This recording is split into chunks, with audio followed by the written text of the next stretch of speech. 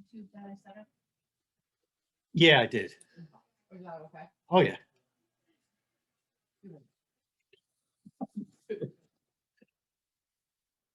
Yeah, it's good. I tried to post a video onto it and somehow I missed.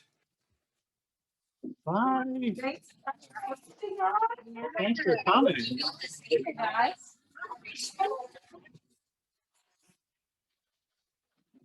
Hi, everyone. Welcome to our last session. And Colin's going to help me do the introductions here. This is our TRVI EndNote and wrap-up section, Pet Therapy, Fur for All with Karen Girth. My name is Dan Henty. I'm the Education Manager here at PRPS, and welcome you to our final EndNote session and awards presentation. In case you didn't know, today is Friday, October 8th, 12 o'clock. As always, our logistics remain the same. This is a Zoom meeting. All participants have the ability to unmute themselves to speak. When not speaking, if you please mute yourself, and this will minimize background noise. You can use the chat box to ask questions or alert us of any concerns. This session is 1 hour, and it's approved for 1 hour of NCTRC credit or 0.1 CEU. At the end of the program, as usual, the Survey Monkey evaluation will appear, and the code phrase will be put in the chat box and displayed at the end of the session, and you will go ahead and fill out the evaluation, enter the code phrase, and we will be happy to send you the credit summary at sometime next week when I get my act together. Brittany, do you want to go ahead? I know I just put you on the spot because I didn't talk to you about this, but would you like to do the introduction, please? Absolutely. So I'm so excited to announce that introduce. There we go. There's been a lot of talking these last few weeks. I'm out of words.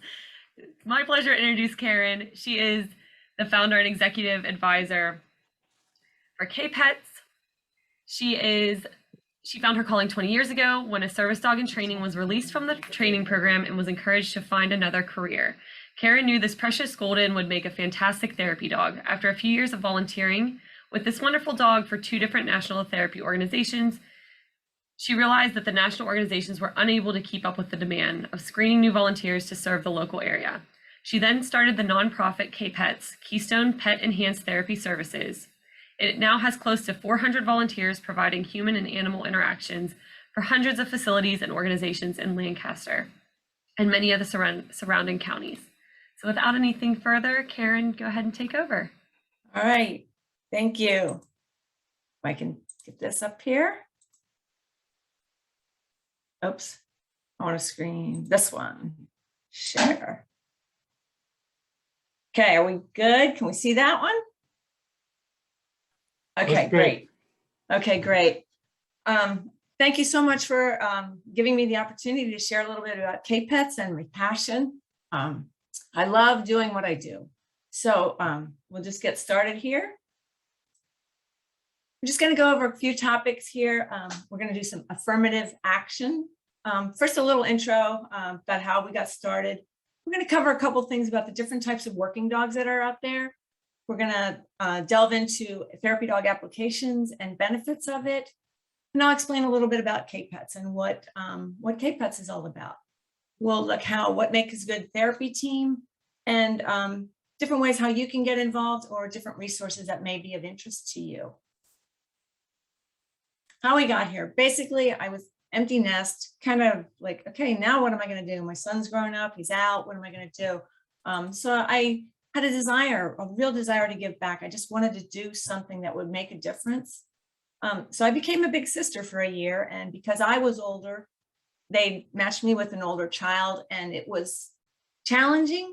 And I realized that probably isn't going to be my calling for the rest of my life. So I pursued training a service dog.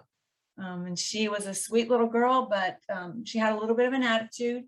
She didn't really have the willingness to do anything unless you had that cookie. And that wouldn't really work. So they said she needed a career change. And that's when I decided she would make a wonderful therapy dog because she had all the exposure, the socialization. So Cindy became my first therapy dog. I got registered with 2 national organizations, one and then another. And they just couldn't keep up with the demand of, registering the dogs to go through the process. The one, you'd have to wait 6 months before you could even start the process. The other one, there were 3 evaluations you had to go through. And to schedule those 3, it would take months and months to get through it. So what I did is I pursued what would be needed to do something, along these lines, the insurance that would be provided, becoming a nonprofit, the 501c3, different things like that. So, my pastor at my church would always speak on vision and said you could do anything, don't give up on your dreams. So I just kept plugging away, and finally K-Pets was born. So we're based out of Lancaster, and we covered the surrounding counties in Lancaster County. I want to cover a little bit about the difference between the service dog that I had. She was basically a mobility dog. She would open doors, by pushing the buttons. She would pick up dropped objects. She would actually empty the dryer, like the picture of this dog here. She was very, very good, but like I said, she wanted that cookie to do everything. We're all familiar with the seeing eye dogs. There's medical alert dogs that alert for someone having who's going to have a seizure, heart issues. There's so many different ways that these dogs can help people. There's dogs for PTSD, service dogs, just to help the people be more relaxed when they're out in public or in more stressful situation. These dogs are trained to help comfort the handlers. So the difference is the therapy dogs here, there's some pictures of them. They just want to love and provide that unconditional love that we all are very familiar with. Here you can see they are just sharing the love. This little guy up here is, just laying in bed with this woman and would have stayed there all day. And the benefits are just amazing. So that's a little pictures of the therapy dogs. I do want to show this chart and point out a couple things. Any kind of therapy or service dog, has to have their usual vaccines. But the 2 main things are a service dog has the rights to go into restaurants and malls and the doctor's office. They have all those rights to go in those places with their handler, with their owner. Whereas a therapy dog does not have any rights to go to those places, but they can be invited. I've been in hospitals with my dog. They have a right to be there. I've done speaking engagements at restaurants where the dog is welcome because we got permission to be there, and we would not have been, they could have said no and it would have been fine. There was no recourse for us. We just have to be invited and have permission. A lot of people get confused with the emotional support animals. They have no rights to go anywhere except to live with their owner in a home that has a no pet policy. So if they're renting, they can actually have an emotional support animal in that setting. So they are different. The other thing with the service dog, that dog is trained to focus totally on their handler or their owner. They are focused on leading them if they're blind, or if they need them to navigate, rough pavement. There's balance assistance dogs and stuff like that. So there's so many ways these dogs have to be aware of what their handler's needs are. Whereas a therapy dog needs to want to go out and meet everybody. Strangers are nothing new to them. They want to meet new people.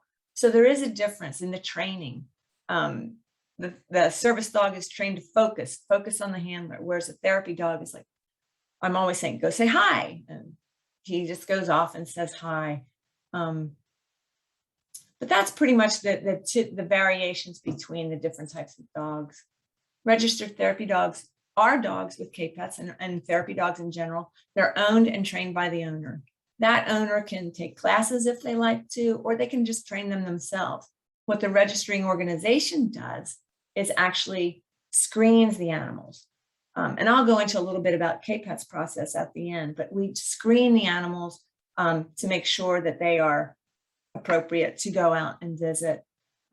Again, they have no public rights access. These dogs live at home with us, and we take them places and share them. We don't take them and drop them off anywhere. We are always with our dogs when we are doing therapy visits. Now, I always tell people it's a win-win situation. They have that unconditional love we all know about, and they're non-judgmental. That's my dog, Kylie. She's a little three-legged dog that always, I think she thinks her name is Aw, because every time somebody sees her, they say, Aw. But she's quite a little character. I tell everybody it's a win-win-win. The handler gets to show off their dog and spend quality time with them, just doing something special with their dog. So it's a win for the handler. It's a win for the dog because they get the attention that they love.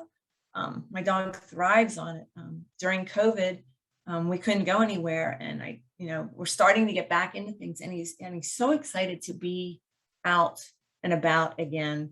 I took him to the bank the other day, and he walked in carrying the bank deposit bag, and he was just, his little butt was wiggling like crazy, and he was whining and crying because he was so happy for people to come and visit him. So the dog gets the love that they need. And the third part is we get to help other people at the same time. So everybody wins. I found my calling. I just really found my calling. Some of the benefits, we'll delve into some of the benefits. For physical benefits, it can lower blood pressure. It helps with cardiovascular health.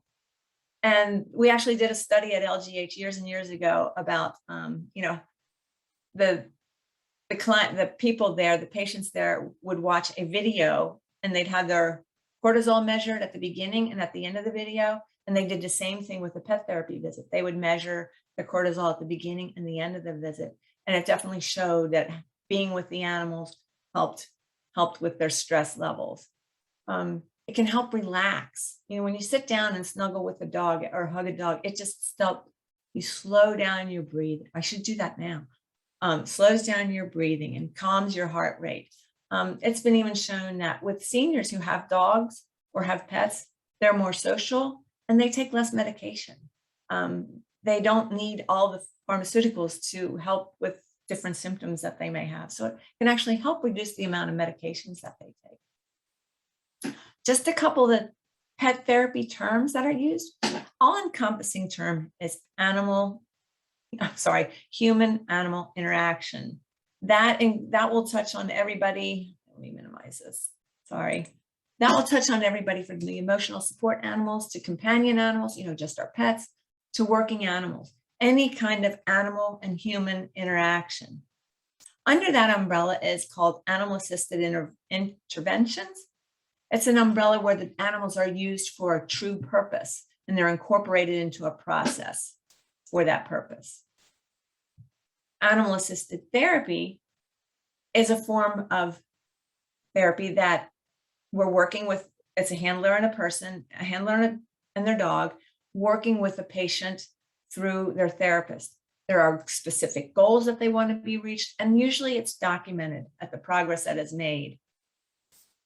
Animal-assisted activities is less structured, it's more fun, it's going into the retirement communities and spending time with the seniors there, or going to the college and spending time with students. It's just to try to help enhance their quality of life. Then there's animal-assisted education. They're more structured activities, and again, it's similar to AAT, but we were working on academic or educational goals. Just a couple pictures of animal-assisted activities. Again, we're working with the seniors, just spending time with them. College students, what we've done, we've gone into when the freshmen come in, their first year, they're a little nervous and stressed, so we'll take the dogs in for that. Also during finals, we even went to the Apple store during Christmas. They had break time and they had a special time that the dogs could just go in and help the staff. So those are just some of the examples. Some of the AAT examples, we're working with occupational, physical, speech, cognitive. We work on behavioral modification. There's so many different ways that we can use these animals. There's token economy. We'll talk about that a little bit towards the end. So I have a video that I'm going to see if I can get it to play and so that you can hear it. I'm going to say share sound. And this is just a couple minutes. This is going to give you an overview, but we'll delve into it a little more. Hoping you can hear it. Oops. Uh-oh. What did I do? There. We're all familiar with the benefits registered therapy dogs can provide. Human-animal interactions enrich and brighten lives. Animal-assisted activities, or AAA, allows therapy dogs to uplift and comfort young and old and all ages in between. Animal-assisted therapy, or AAT, benefits from the same bond between people and animals, but in a different way. It involves goal-oriented interactions specific to a patient's needs. We are becoming more aware of the influential motivation these animals provide and are constantly learning new ways that they can be engaged in a variety of therapy settings to help patients attain predetermined goals. Working with this method requires a 4-unit team: a registered therapy dog, along with a handler, a professional therapist, and the patient. The therapist is focused on the patient, while the pet handler is responsible for the pet. Patients of all ages and needs can benefit from AAT.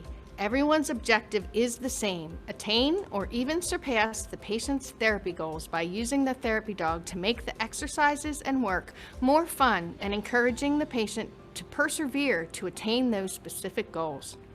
Animal-assisted therapy is not a therapy in itself. It's used to enhance the work of physical, occupational, speech, and cognitive therapy. It can also provide psychological support to help a client feel more secure and more confident in a new situation or in a new environment. Working with a therapy dog helps the sessions become less overwhelming, less stressful, and the goals more obtainable. The possibilities for AAT are endless. One of the most common implementations is using a dog's companionship to encourage a walk or a longer walk. Patients at various stages, from people who need walkers, to those who can stand alone, to those using a balance pillow, can all enjoy the benefit from throwing the ball for the dog to fetch. Or patients who can stand or even sit upright can work a number of muscles by kicking a ball.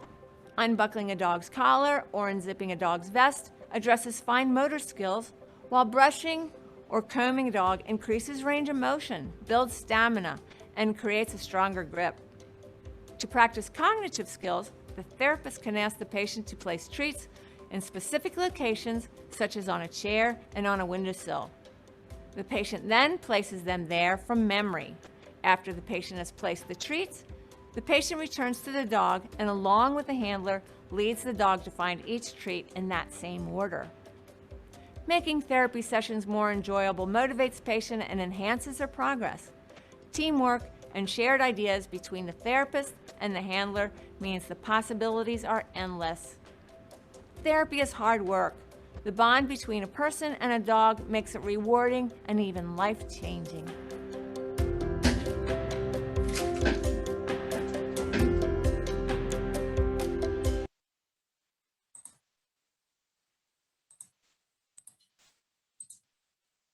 Okay, am I back? Okay, just wanted to make sure. Okay, so some physical goals. We'll go into this a little bit more. It helps increase the coordination. You can see the fine motor skills. We were working those when we were doing the buckling. We can unbuckle the harness, the collar. The zipper is a great thing. I actually had a vest made up that I had buttons put on it, Velcro, that we just put on the dog, and the person can actually work using that vest, just to work on different skills. What I use in my dog's vest pocket is I have his business card. So the patient pulls out his business cards and they get a picture with him on it and everything that they can take home, or they can even pull treats out of there. Holding the treats can be a challenge. Holding a small treat, if the dog is gentle, can take it right from their hands, or there might be like a chew stick or something that they could hold. But again, doing that grip thing is, beneficial. We can have, it also can help with tactile stimulation. Minimize this again. Tactile stimulation, because we work with people that have had strokes, and they can't really feel the difference between the vest or the dog's coat or the pads of their feet or their wet nose. So even things like that can be beneficial. Some applications with walking the dog. One thing we really stress is it's a 4-unit team. It needs to be the therapist, who is totally responsible for that patient. And the dog handler is responsible for the dog. in this situation, the lady insisted that my dog Sammy shake her hand. So you can see the therapist is holding onto that walker so that it doesn't slide. And I've got a hold of Sammy. I'm watching to make sure that he doesn't, put his paw up too high or anything. I have a short leash, so I have total control of Sammy.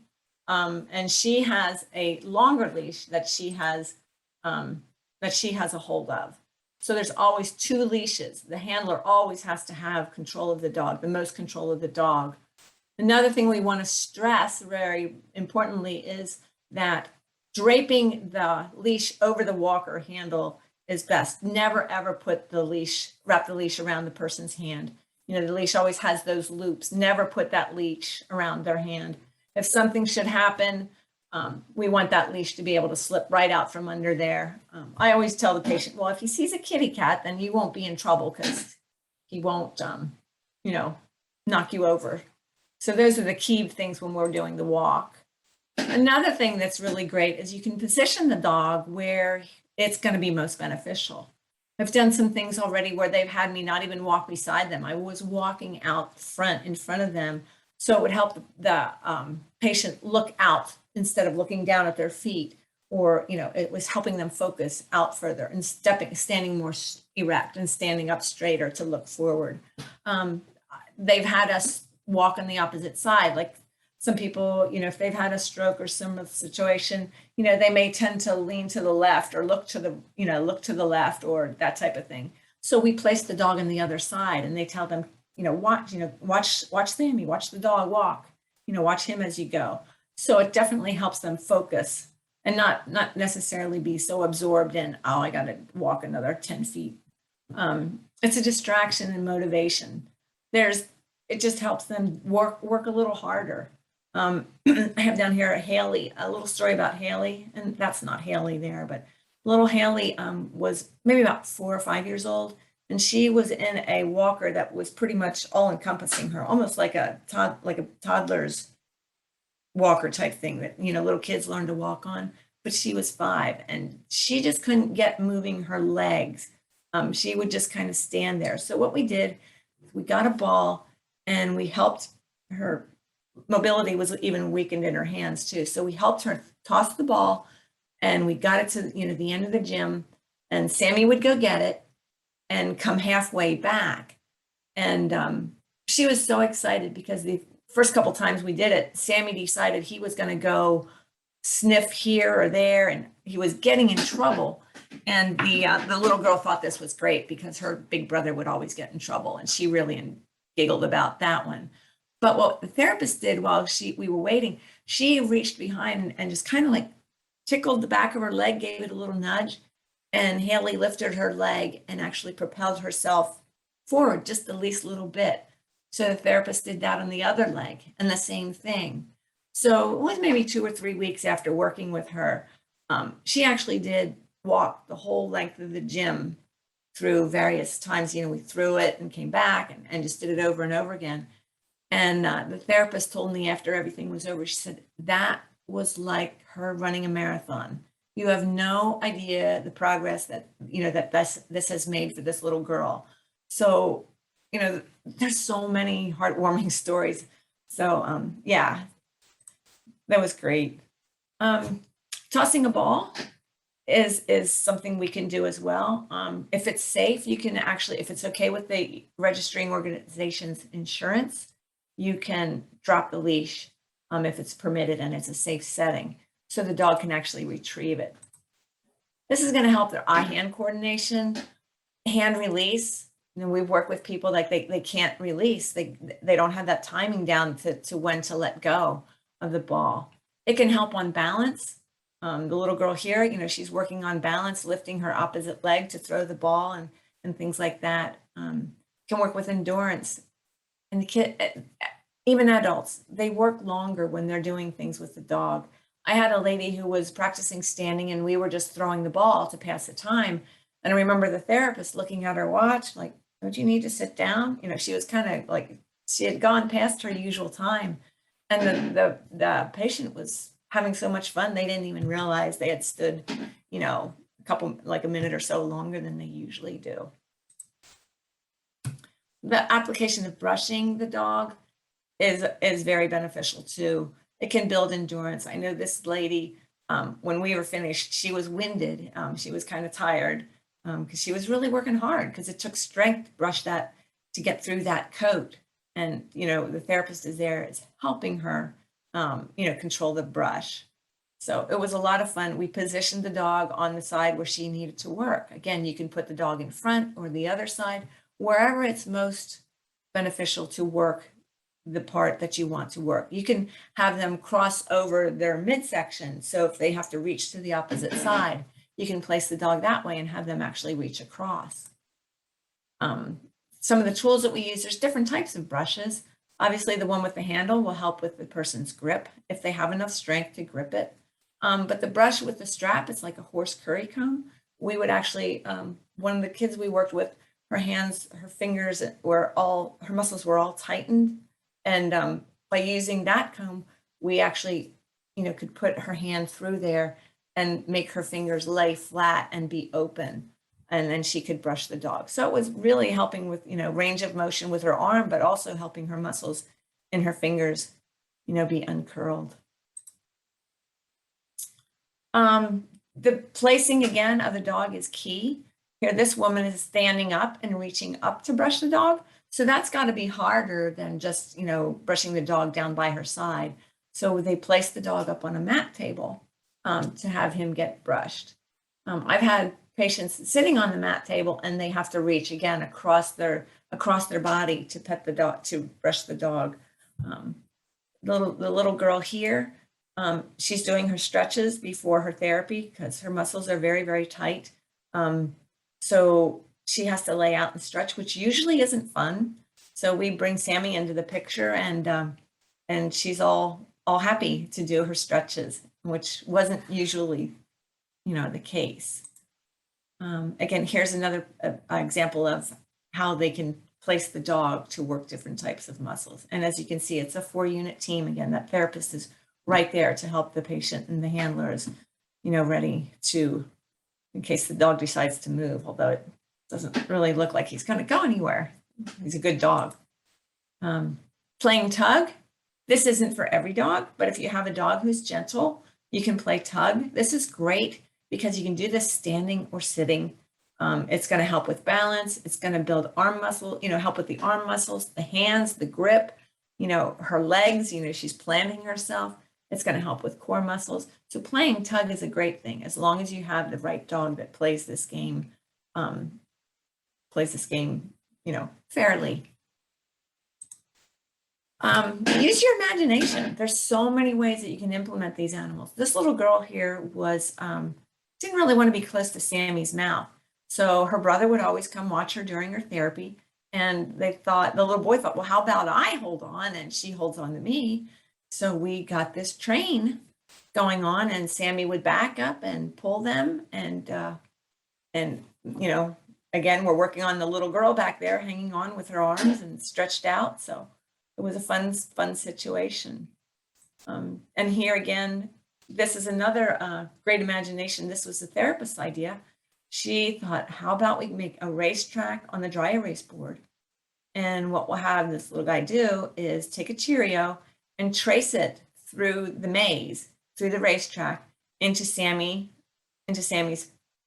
mouth, like he's patiently waiting for that racetrack to come, that car to come through. It's a little Cheerio. This little boy would always look at it to make sure he didn't get any ink on it before he would feed it to Sammy. It helped with his eye-hand coordination, fine motor skills. It helped him focus, which is something he had trouble doing.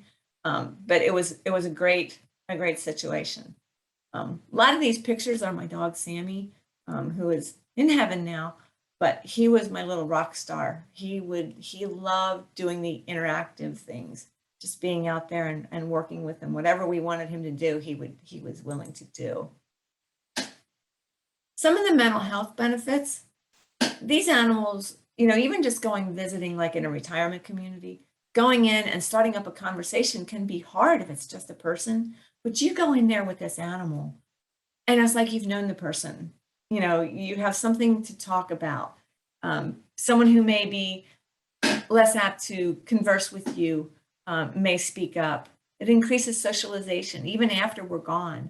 You know, they may see one of the residents that they're living with, and they'll, you know, living in the same facility with, and they'll say, did you see such and such who was here the other day? And they'll talk about it.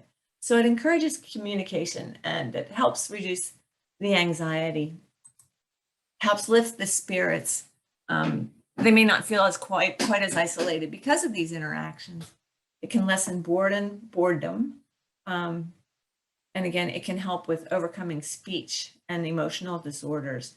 I have to share this. I probably should share. I'll share it now. My friend was going to the PT gym, and she walked past this one door where there was a little girl, and the little girl called out, "There goes a dog." So my friend actually turned around and said hi, you know, went in to talk to the little girl, and the little girl was, you know, asked the dog's name, like, what's the dog's name? My friend said, this is Chester. And the little girl asked, how old is he? And that was pretty much it. And then she said, I have a dog. And she ran and got her purse, and she had a little dog in it. So they had this little cute interaction. And my friend went back to the therapy gym and worked with her PT patient. And when she came out, the therapist came out from the room where the little girl was, and she stopped her and she says, I want you to know, I've been working with this little girl for 6 months, and she has not spoken a word. She had selective mutism. And because that dog walked by, surprised her, motivated her to speak. So that was groundbreaking for the progress of that little girl. So different things with psychological goals, it can increase the interaction. Like when you do a group setting with them, it'll increase the interaction with the group talking to you, the therapist, and each other. Some of the things we've done is to help build their self-esteem is this guy here, he liked grooming the dog. That was his job. And there was another guy who was, quote, the trainer. He liked having the dog do the tricks.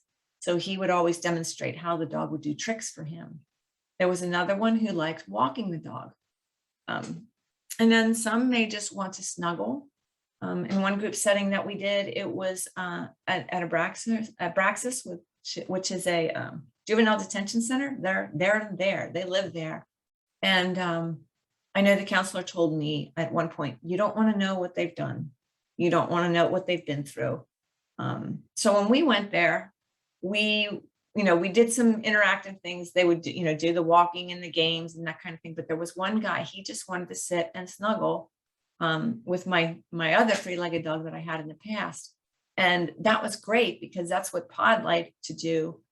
He would just lay there and snuggle, and it was perfect for both of them. And the counselor said, this is great. This is wonderful. I didn't know why, and he didn't need to tell me, but he was very, very pleased that this guy was doing this with this dog. It helps brighten their mood. It can bring them back into reality. Like they may be so consumed with issues and problems that they have. It can help. It can help bring them, distract them from what's going on. There was a time we were working with a group with a gentleman. One of our volunteers was working with a gentleman, and he had trouble controlling himself. He had a brain injury, so he didn't really understand things all that well. And what we did, when he would act out, he would get very loud and fast, rash movements and that type of thing. And every time that happened, the dog would leave the room. There was nothing said, nothing, no negative, no nothing. The dog just left, the handler. And then once he calmed down, we'd bring him back in. The dog would come back in. And again, if he did it again, if he acted out or did something inappropriate or was too rough, the dog would leave. So he eventually learned, he equated like, okay, the dog stays if I don't do that. So it was really, really neat to see, how it could help with that. Some of the things about learning to touch appropriately, that's something they had to learn too. I have down here Nora. There was a little girl who was adopted from China. She had no nurturing as an infant. So even her adopted mother couldn't hug her. And so what we did, the therapist said, how about, would you like to hear a story? And Nora agreed, yeah. And I had Pod at that time, my little 3-legged dog. And they put out a big, gigantic beanbag chair, and Nora sat down on the chair, and Pod knew his part. He went right over, leaned right down and leaned across her lap, her little lap, and just laid there. And the little girl just backed up like, I don't want, I don't like this. So the therapist said, well, he wants to hear the story too, and he wants to see the picture. So he needs to be close. And I think he likes his neck rubbed when he hears stories. So Nora would pet at his neck for a few minutes, for a little bit, and then she'd stop, and Pod would do his thing where he would stop and just lean back and look up into her eyes. And the therapist said, see, he just wants you to keep doing that. So she continued to do that. So it was pretty successful. And then when we were finished, we had to put Pod's vest back on. And to do that, we had her reach all the way around Pod's belly and connect the snaps underneath. So she actually had to give Pod a hug to put his vest on. So we worked on that with Nora, and we're making progress in that area. Sadly, Pod passed soon after that, so we didn't continue with her, but it was a great eye-opening, a great start for Nora. Some of the things that I like to do when we do these type of visits is I like to give the patient or resident or client choices. Many times they're in situations where they've lost all control of everything. They don't have any choices in retirement communities. That's where maybe their family put them, or they just can't make any kind of choices. And with kids, we work with some kids in the court system and through CASA, and I would always give the child, which collar should we use today? Which leash should we use? Should we use his John Deere leash, or should we use his paw print leash? Or I'd give them choices so they could decide what they wanted to do, or which scarf do we want to have him wear for the visit. Another thing you can do with the social skills is, like when we would go to Schreiber, the children's rehab, we would have the child take the dog to go visit the staff in the office, which was really neat because the staff obviously loved it as well.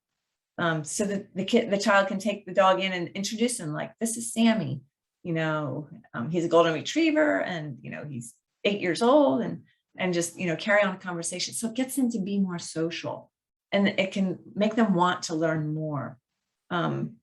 One of the things we did here with this little guy again is he had trouble walking with his mom at the mall. He would just take off. He needed a leash. But anyway, but what we did when we did his therapy sessions, he started out with walking with Sammy, holding Sammy's long leash, 4 foot, 5 foot leash. So he would walk with Sammy, and he'd have that leash, and he was just, within 5 feet of Sammy at all times. So like the next week, what we did is we tried, we gave him the short leash. I gave him the 2 foot leash, and I took the long leash. So that kept Wyatt within 2 feet of Sammy.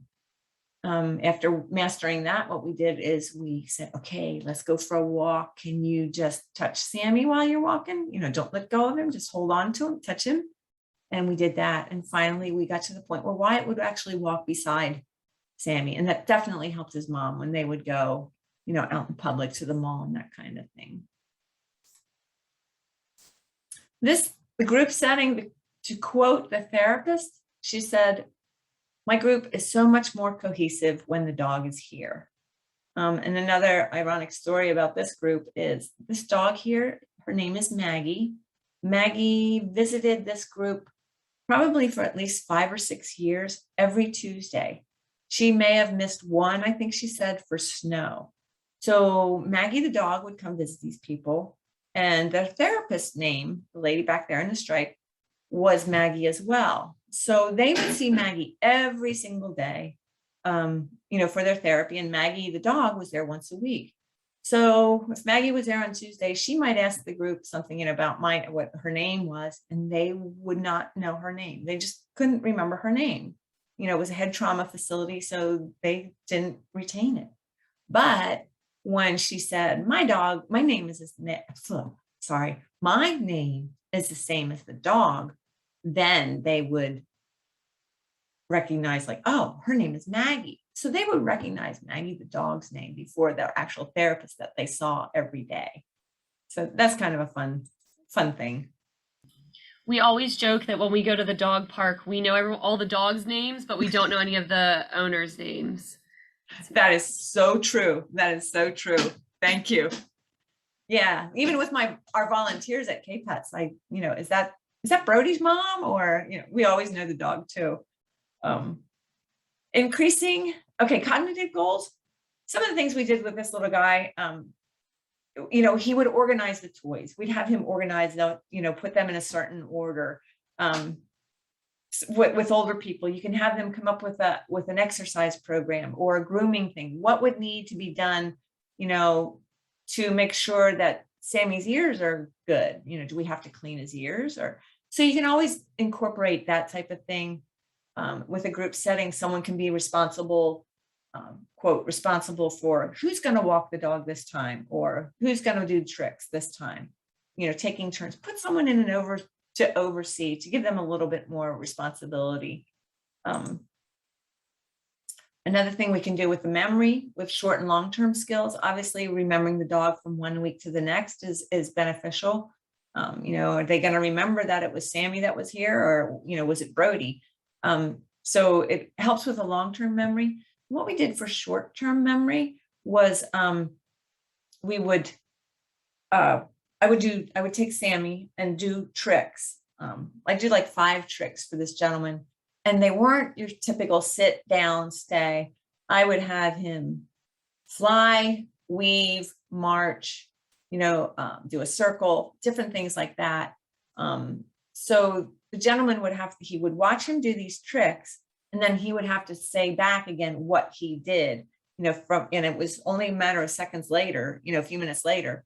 So it really helped with his short-term memory, which was, can be a challenge for some people. I mean, I can't remember what I had for lunch or breakfast today. So yeah, I get that. So it helps with long and short-term memory. And you can ask if they've seen the dog before and have them reminisce. You can have the person introduce the dog to somebody else. They can find out personal facts about the dog. What's Sammy's favorite toy? What food does he like? What's his favorite treat? One of the things we did with the little guy, Wyatt, he couldn't sequence. He couldn't take off his shoes and go put them in the closet. He just could not sequence. And this was hard for me to understand, but I saw it in action. And the therapist, I'll tell you what the therapist's response was. What we started to do is we gave Wyatt 3 Cheerios, and we said, okay, Wyatt, I'm going to show you this next slide, but don't read it till I get there. This is Wyatt and his friend. And what we did is we put Cheerios at various locations in the gym. We would say, Wyatt, go put the Cheerio on the windowsill. Wyatt, go put the Cheerio on the blue chair. Go put the Cheerio on the desk. So what Wyatt would do, had to do that. They would tell him all these things at once, and he had to remember to go do those. And then what he would do is he would come back and get Sammy and take him to those locations in the same order. We had worked up to 5 Cheerios, and I think it was a matter of like maybe 2 weeks. And the therapist told me, actually, I think we have it a quote somewhere on the website, I wouldn't have believed it if I hadn't seen it for myself. So it really made a difference in this setting. Another thing is what we would do is we'd go through an obstacle course. We would ask Wyatt, okay, let's go around the desk, around, by the window and come over the roll. Again, we would do this with 2 leashes, and we would try to have him do it in that same order. So again, it's kind of helping him sequence and to retain things. I had so much fun doing this. I just loved it. Cognitive goals again, maybe somebody there in the group or, can realize, do you think he needs a break? Do you think the dog needs a break? Is he thirsty? Should we get him a drink? Does he need a drink? I know we did this again with some kids in Maryland. They were taken out of school. They were out for 60 days. They had to earn their rights to go back in. So what we did with Pod, the little tripod, we'd walk him, and Pod would stop when he'd get tired, and he'd just kind of like stop, and the kids would wait and, chat and talk and do what kids do. And then we continue on, and we went inside. And what the counselor did there was she pointed out what was Pod telling you when he stopped out there? And they said, oh, he was probably tired. He just wanted to take a break because it's hard for him to walk, that far on 3 legs. And therapist asked, the counselor said, well, how did he tell you? And they said, well, he just kind of stopped and, looked at us. And she said, yeah. And you could see the wheels turning in their heads. And she said, there's times you may need something too. And you don't have to scream or slam the door to get someone to understand. So it was kind of neat I was amazed how the therapist brought that out, but it made total sense. And the kids, you could see they were thinking like, Pod didn't bark, he didn't growl if we, tugged a little bit to get him to go. He just kind of sat there and it was great. So it also taught them how to be more gentle and calm. If they have patience with an animal, they can learn patience with people as well. It doesn't fit their, immediate agenda. The speech and language skills, again, if they can reminisce, if you can get them to talk about, dogs in their past, can encourage questions. Again, we can say, ask them, about feeding, they may have questions. How often do you feed the dog? Or, bathing, we could ask them, what do we need if we're going to bathe a dog? What all do we need for grooming? We need more than soap and water. There's nail trims and teeth brushing and ear cleaning. And people sometimes are like, really? But so it's a great way to, get them to communicate and start thinking. And we've used this grooming thing at one of the schools that I went to with my dog Cody. I actually demonstrated, I took a video of me giving Cody a bath. And then what we did when I went into the classroom, we actually cleaned Cody's ears. I brushed his teeth. I did his nails, not all of them, but I did his nails and stuff. And it was a great learning experience for them. And there were some of them that needed a little help with the hygiene. So it helped them realize, equate that to what they may need to do as well. It's amazing the different things you can come up with. You can discuss, the different colors of their coat. This dog has long hair. Well, this one has short hair. It may be coarse. You can compare the various sizes. So many things that you can talk about when it comes to the animal.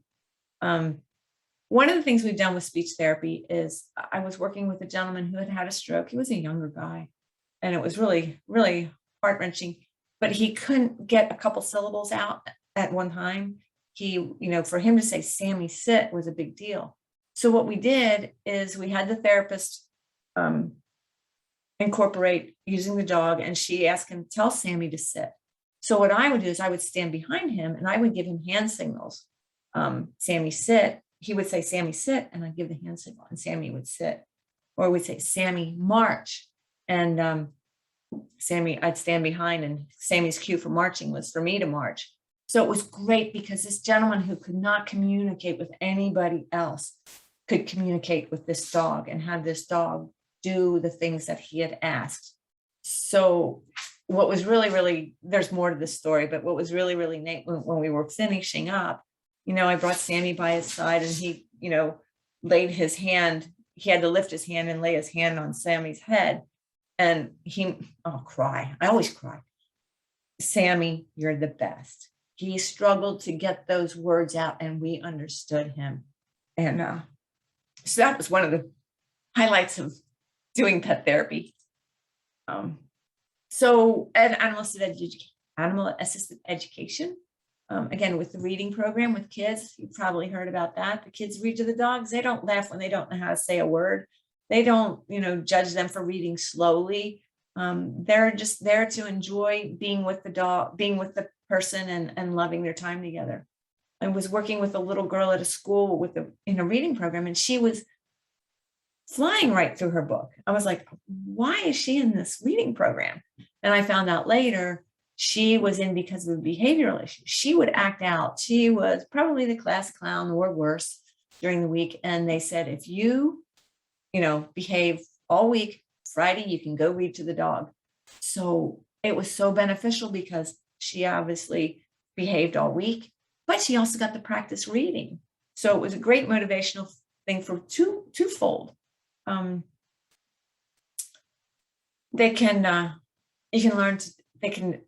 It teaches them compassion as well.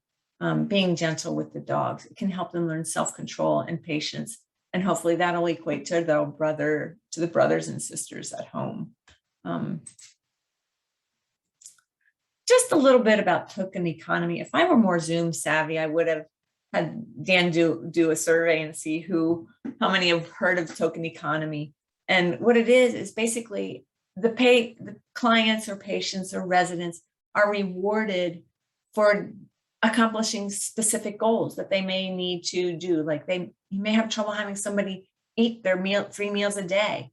So if they complete each meal, they're given a dog treat to save for when the dog comes in. Or, maybe they have to participate in so many activities, and the more activities they participate in, they get a dog treat for when the dog comes. And that's great for when the dog comes, they can give all those treats or do what they want, but they can also save them up for something more. So it's almost teaching them about economy. So this can be great for school and, in school. So if you save up 5 treats, maybe you can get this stuffed toy to play, to retrieve with, or you can get quality one-on-one time with the dog for 8 treats, that type of thing. So it's a great way to attain goals that you want them to work on. The behaviors are reinforced immediately, right away, and it's a positive reinforcement. It's not like you're not getting punished for not eating your meals, but you're being rewarded for eating your meals. And it helps promote those desirable behaviors. It has long-lasting effects. Long after we leave, the benefits of the dog being there are still there. So it's really a win-win-win. It's great because they can save up those treats to get more quality time with the dog. And it's so much fun too. Just real quickly, I know I'm rambling, I'm hurrying. Cutest's mission, we are volunteers with our companion animals, promoting the well-being and offer encouragement in our communities by sharing the power and benefits of human-animal interactions. What we do is we screen the dogs. We are registered, not certified. A certified animal has to go through the organization's training program. I did crisis response with my dogs, and they were certified because that organization actually did training, the actual training of the dogs, and we got a certificate.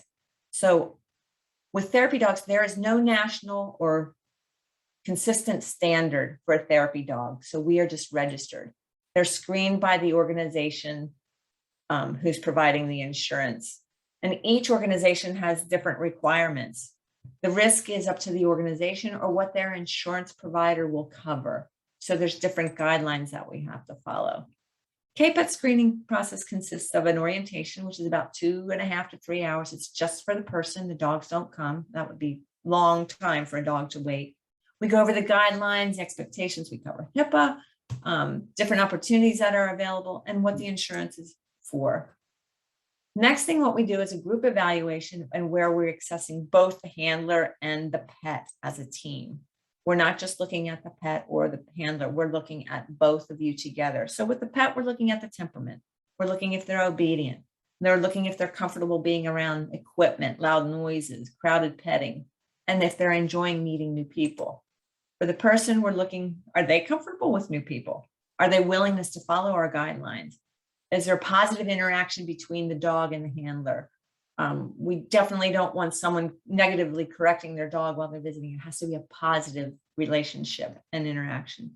And another thing they have to be aware is if they need to be an advocate for their pet. If their dog is uncomfortable with the crowded petting that we do, we expect them to get that dog out of that situation and explain, my dog is really better one-on-one. I really don't think we should do everybody all at once. Let's take turns. So they need to know to be an advocate for their pet. After the group evaluation, once they have a ready status for that, then we go on 2 visit evaluations. This is where we go out in a real life setting to see how everything goes. And basically we're looking at the same things, that everybody's enjoying it. If the handler wants to do pet therapy really, really bad, but the dog isn't into it, we don't want to force it, and we probably won't pass them. Same thing, this dog could be a great, great, great therapy dog, But if the handler isn't willing to follow the guidelines, we can't pass them. We had a wonderful dog that would have been great, but the handler just said, my dog is so sweet. She just wants to visit everybody. She wouldn't keep the dog by her side. So this dog is 6 feet out in front of her, and she would not reel her in and keep her, by her side. So we definitely couldn't pass her. It was sad because the dog would have been great. Some of the other things our dogs do, we've been in cancer treatment facilities where, those treatments can take hours. So we're in there with them, just to break that long thing and to get their mind off of what they're going through. We've been in the courthouse. We've been in the halls at the courthouse for kids that are coming in for, various reasons that they have to be there, just to help them get their mind off of things. We are in counseling centers for sexual assault or abuse for the, children, teens, adults, anybody, just to help ease some of the stress. We're in hospice and hospitals. With the hospice, sometimes we're there more for the staff and the family members than we are for the patient, which is sad, but even for the patient, if they're okay enough. But yeah, it helps the family as well. And we, like I said before, we work with kids with autism and selective mutism and special needs. K-Pets had, pre-COVID, we had over 400 volunteers in Lancaster and the surrounding counties, doing over 10,000 hours of animal-human interactions and over 300 facilities. Right now, we're down to about close to 300. It's a renewal time, so things are picking up again, but COVID definitely put a hit on that. 3 ways to get involved. You can become a registered volunteer if you have a pet that you'd like to get started with, if you're in our local area. You can request our services. If you go to our website, there's a services tab, and you can actually fill out a form. There's some documents that need to be agreed upon and stuff, but there's no charge for our services. And you can help spread the word about pet therapy, because it's a great way to motivate people. And you can also support K-Pets financially. Some resources beyond K-Pets, if you're not if you're not in Lancaster surrounding county areas, Pet Partners is a national organization. They are the leader. They do service dogs, assistance dogs. They do research. They are the leader in this field. There's also Alliance of Therapy Dogs. That's a national organization. If there isn't anybody in those organizations, there is on the AKC website, there's AKC recognized therapy dog organizations on there. You can Google it, or maybe we can copy that link down into the chat and you can grab it there. But there's definitely many organizations similar to K-Pets out there. I have one more short video. I hope you don't mind. I just think it's really cute. So I don't know if I can remember how to do this. More sound. Okay, let's see if we can get this. For 17 years, K-Pets volunteers and their therapy pets have been touching lives and warming hearts. The unique bond between a person and an animal provides comfort, encouragement, and motivation to young and old in ways other types of therapy can't. Thanks to your generosity, K-Pets volunteers and their therapy animals provide over 12,000 visiting hours a year, free of charge. Your support makes a difference. Your support helps people heal.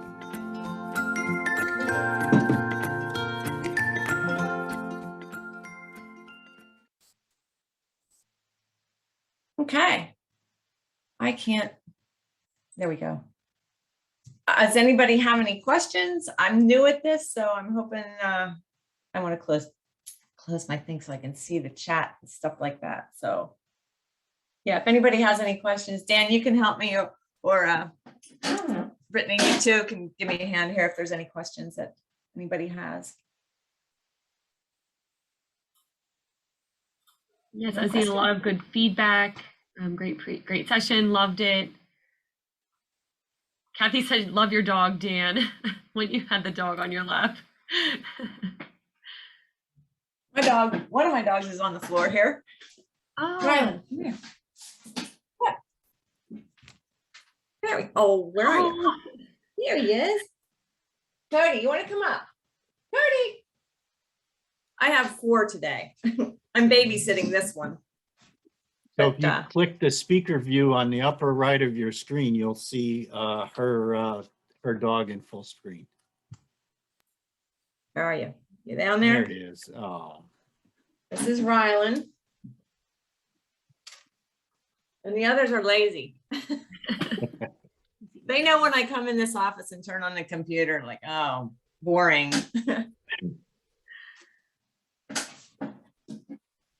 Excellent presentation. Thank you. That's from Karen. Different Karen. Amazing. From Katie. Oh, positively amazing. very Oh, good. that's great.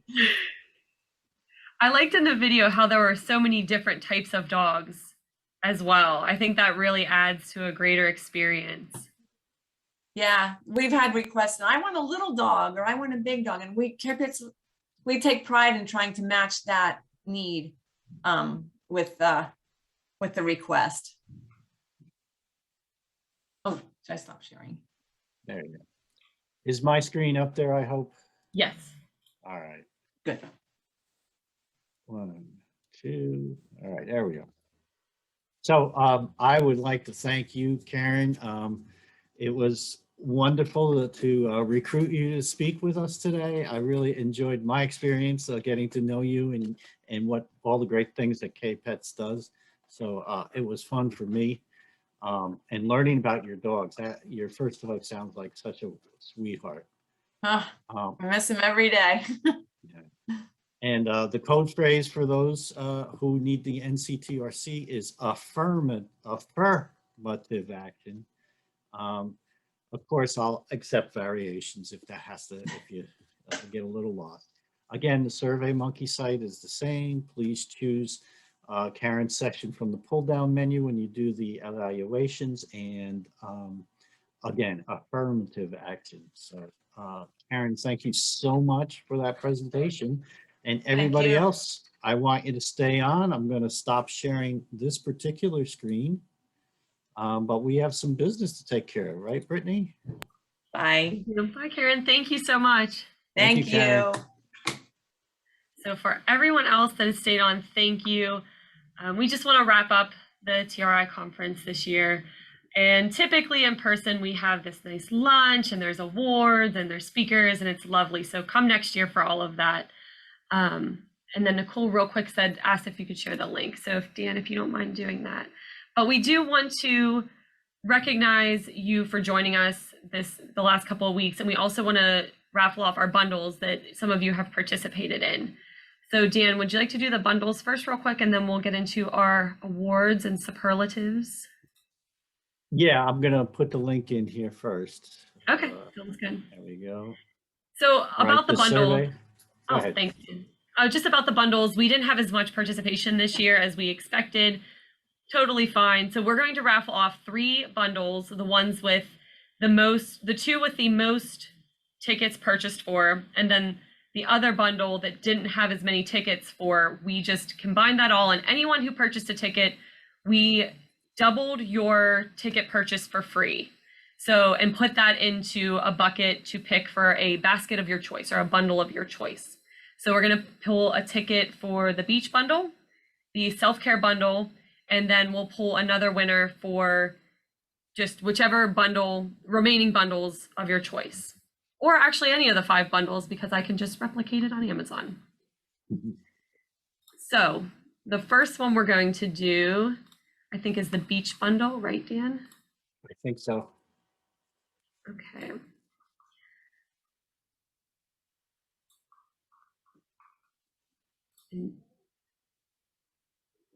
So there were, did it spin already? Nope. Oh, okay. So there were 71 tickets purchased for the beach bundle.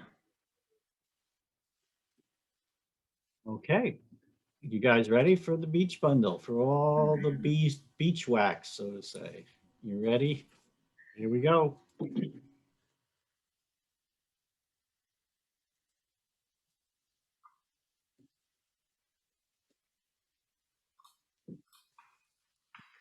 Number 11. So number 11 is Rachel. And I don't know if All she's, right. yeah, Rachel. I think she's on. Congratulations, Rachel. You win the beach bundle. So I will work with you to get your address and work on sending that everything from that bundle to you directly. I see your chat. Woohoo! Yeah, congratulations. Okay, the next one is the self-care basket, and there were 63 tickets purchased for that. Okay. A random spinner. Here we go.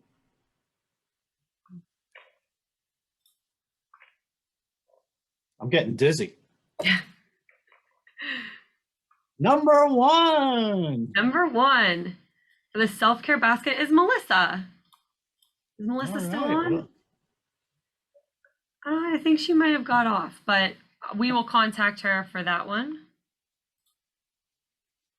And then the basket, the winner's choice, had 134 tickets in it.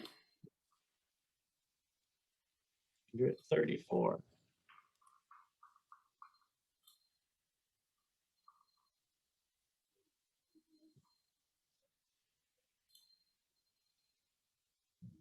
$100. 117. That is Clifford Roach, I think it was, but we don't know who that is. It must have been the person on the PayPal account that made the purchase. Maybe Somebody probably used someone their in the husband's family, card. or yeah. So I'm not sure. We'll have to. We We'll have have to their do some contact. digging. Yeah, we'll have to contact them. But yeah, Yeah. congrats to that person. Okay, so I know there's not many of us left on, but I did want to go over some awards and superlatives. Obviously, it's much different from in person, but then because when we're in person, we have nominations, we have a process that we go through, and it's a really nice event. But because we couldn't do that this year, I just went through and with Dan, and we came up with silly superlatives and awards for all of you who we've just been with the last couple of days. So I'm just going to read these off, and they're just meant to be fun, but it was really nice getting to meet all of you and network, and I really appreciate all of you being on. So I'll just go through these quickly. So I don't know if he's still on, but I don't think, oh yeah, he's still on. David, we have awarded you the Ppe Award for always wearing his appropriate PPE. Because David, I felt like every session you had your mask, you had your goggles, you were ready to go. So we appreciate you, David, for keeping your people safe. So that's our winner for that. We have the Technology Award for Lauren for overcoming technological challenges in the beginning and making it through and sticking with us the whole time. So congrats to you. Yes. Congratulations. We also have the Cutest Dog Award, which was a toss-up because we had a lot of really cute dogs being shown, but that goes to Kate Darsangelis, who showed her very enthusiastic bulldog last night. Thanks. You're welcome. The new professional award is going to go to my good friend Katie. Little biased, but she was talking yesterday in the session how she struggled and as a new rec therapist out of college, being in a management role. And so congratulations, Katie. We're really proud of you for doing everything you've done this year as a new grad. The next one is Best Accent Award. And we all know this isn't going to anyone from Pittsburgh, but that is for the wonderful Vicky. Thank you for joining us this whole time, and you have a great accent. The coolest accessories, and I don't know if she's still on, I think she got off, but it was for Tamerly because I don't know if anyone noticed today. She had bunny ears on and a really cool Wonder Woman mug. So she won the best accessories of the conference. The Educator Award I gave to Heather. She gave us a lot of insight into being a professor and how to get student involvement on one of our sessions. So she had the Educator Award. The Eager Student Award went to Youssef. I don't know if any of you remember Youssef. He was really involved and had a lot of questions and took the initiative as a student to be here and learn from everyone. The Fearless Leader Award goes to Becky. She's not on today, but she has been the TR branch president for a very, very long time, and it's not an easy job. So we definitely wanted to acknowledge her and thank her. The Breaking Ground Award, and I don't know if she's still on. Oh, she is.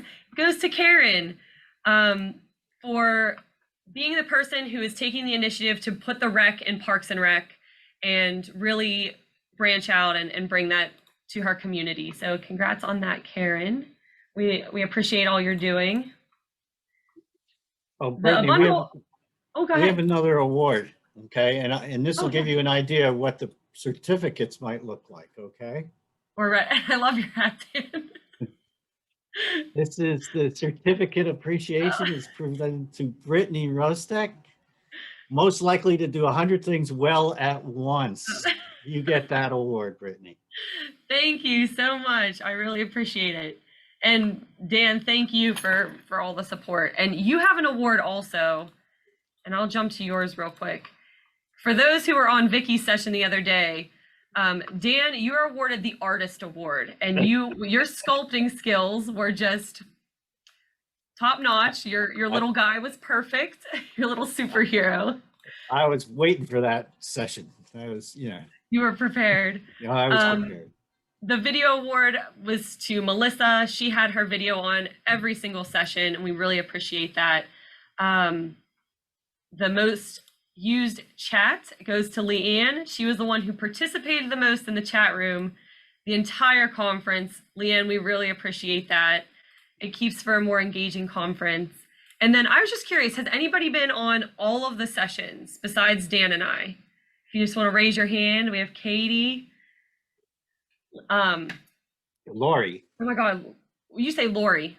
Lori, yeah. Lori, I'm sorry, I think I said Lauren. So I'm sorry, Lori. Lori, so 2 awards for Lori and Katie today. Leanne, yeah, you couldn't talk because of or you couldn't be on all sessions because of the internet, or you just couldn't chat because of the internet connection? And, she was close, if not all of them. Yeah, I was gonna say, I think Vicky, you were really close to being on almost all of them. So thank you for that. Karen, I think you were pretty close to being on all of them as well. So thank you all for being here. Oh, and I almost forgot. Oh wait, hold on. We understand. So, but thank you for being there. And I did forget one more, I think. Oh, I did. Amanda, my supportive friend. You get this most supportive friend award. Amanda has been there by my side through all of the co-chairing for the past few years, and I really appreciate it. So that's your award. Thank you. You're welcome. So And thank you. Yeah, go ahead. I got to put this in here. Everyone has had another year in what you guys do in therapeutic rec, and being at PRPS and working so closely with the therapeutic rec branch, I really appreciate what you go through. My parents are both in assisted living, and my father passed of COVID early last year at some point. But I was so grateful for the people in their community that took care of them and were just wonderful to my parents. And I know each and every one of you do that too. So I think you all should get a special award. So I want you to do this with me. I want you to raise your right hand. Go on. Turn it over. Reach back. Pat yourself on the back. Great job. Thank you very, very much for all that you do. Great, you're on mute. Leanne is virtually patting. And Emily said, thanks to all of you for your dedication, providing awesome CEU opportunities. Your creativity is wonderful. Thank you for all you do. Thank you, Emily. Mm-hmm. Thank you, Rachel. Thank you guys so much. We couldn't have done it without you all, and we really appreciate your participation. And we really hope to see you all next year in person. I can't wait to be back in person. Yes. Yeah, and then the last thing we wanted to do is, just because this was such a smaller conference, even though it was virtual, I feel like it was much more intimate. We got to know each other a little bit better